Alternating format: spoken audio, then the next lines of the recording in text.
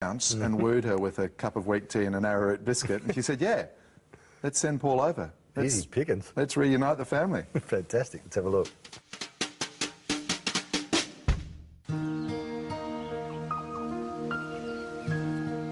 For Paul Redfern, marriage and parenthood came too soon. While in his early 20s, he had a wife, 2 young children, and a desire to leave it all behind. I wasn't ready for marriage. I wasn't ready for all that. There's too much pressure on me all the time for everything, and I just couldn't take it. I just wanted to get on my Harley and drive away, and that's what I did. That was in 1971, the last time he saw his kids. Paul's restlessness led him many places, and eventually to Australia, his home for the past 25 years. But he still has cherished memories of his children, especially his son, Russell. I remember in the morning, I had a chopped Harley-Davidson, real custom job. I go outside, and he'd have climbed up on it, and he's sitting up on top of that little peanut tank, the fuel tank, reaching out with a hand on the throttle, going brum, brum, brum, brum. He loved it. A decade ago, Paul had plans to find his children. You think about them. You wonder, gee, I wonder what they're doing. I wonder if they're married. I wonder this, wonder that, but I never pursued it. I didn't know how. You know, it wasn't until I got that magic box in the other room there that I discovered how. Paul found his daughter, Leah, had also been searching for him. Well, once I saw that my daughter had been looking for me, it became a non-stop thing. I couldn't stop. I had to keep looking day and night.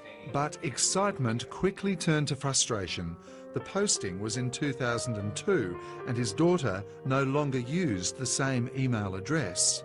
Paul Redfern asked us to help, but our initial research failed to find his children.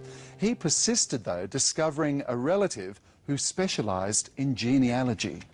Kathy, my cousin, and she started searching, and she searched and searched and searched, and then one day she says, this has got to be her. This has got to be her. On the other side of the world, in Cottonwood, Arizona, Paul's children, Leah and Russell, were just as excited. It's sort of like my whole world changed in a moment. It just completely redefined. You know, I went from being, you know, this girl who grew up without a dad her whole life and not even knowing what it's like to have a father, to all of a sudden, there's a dad that's been searching for me, who wants to know me, and it blew my mind. I couldn't believe it. I didn't ever think I was going to see my dad again. In fact, there was times I've actually sat back and wondered about him, and I didn't know if he even thought about me. Leah, I'm sitting here crying my eyes out with joy. These first words in all these years, what to say, where to start, I can't in just one letter. I think the first thing he wanted forgiveness.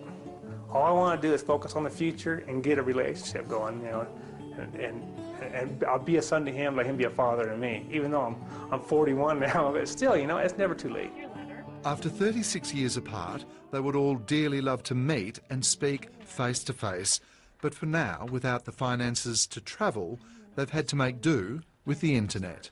While Can We Help didn't find Paul's children, we thought the least we could do was bring them all together. So we arranged for Paul and his wife Liz to fly to the United States. I've got a second chance to get to know my kids.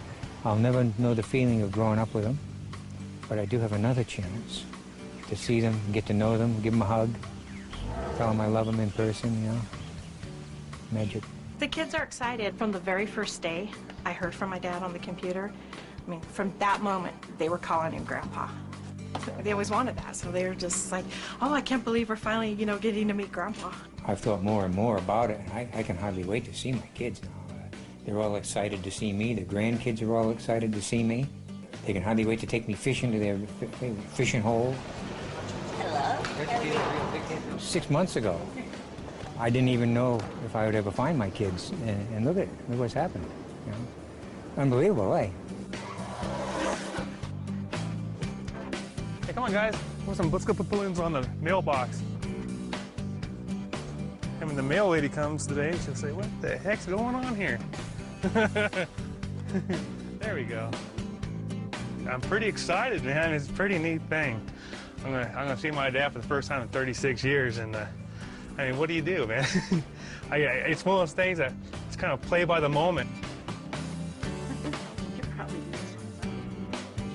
I'm a little nervy.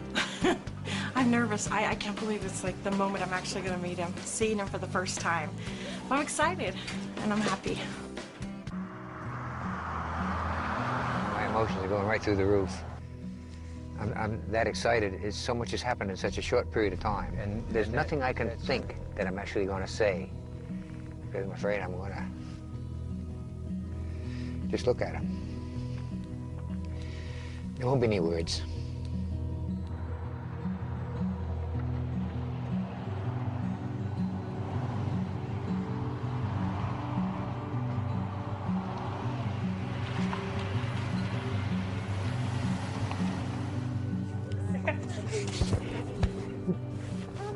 Hey, my boy. You look good, buddy. Look good. You ain't looking too bad yourself for an old man. Look at this shit, man. Long time, eh? Long time.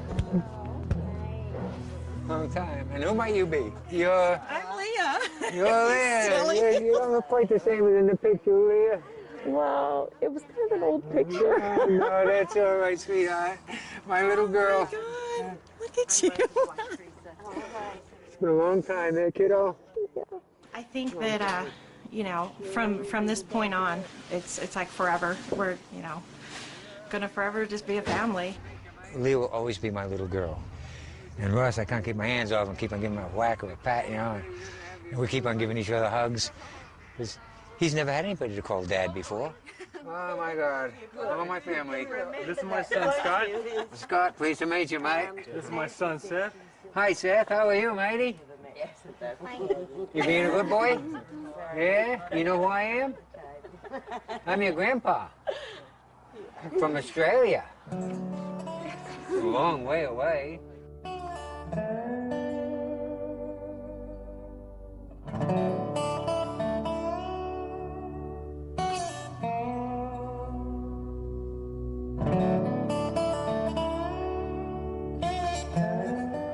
Just seeing him for the first time, and you know, when you see the emotion on somebody's face, and you know if they really, really miss you or not, and you know, you could tell he missed me, and it made me feel good, you know.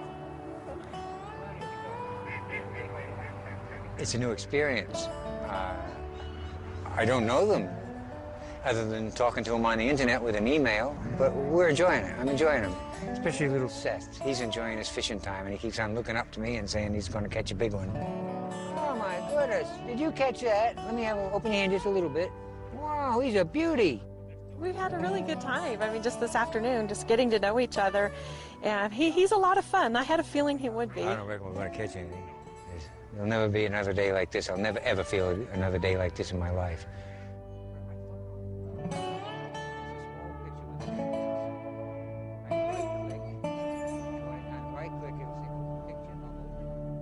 And do you know what it is? It's just a great reminder that the internet, if you use it the right way, can be a fantastic and powerful tool for reuniting people.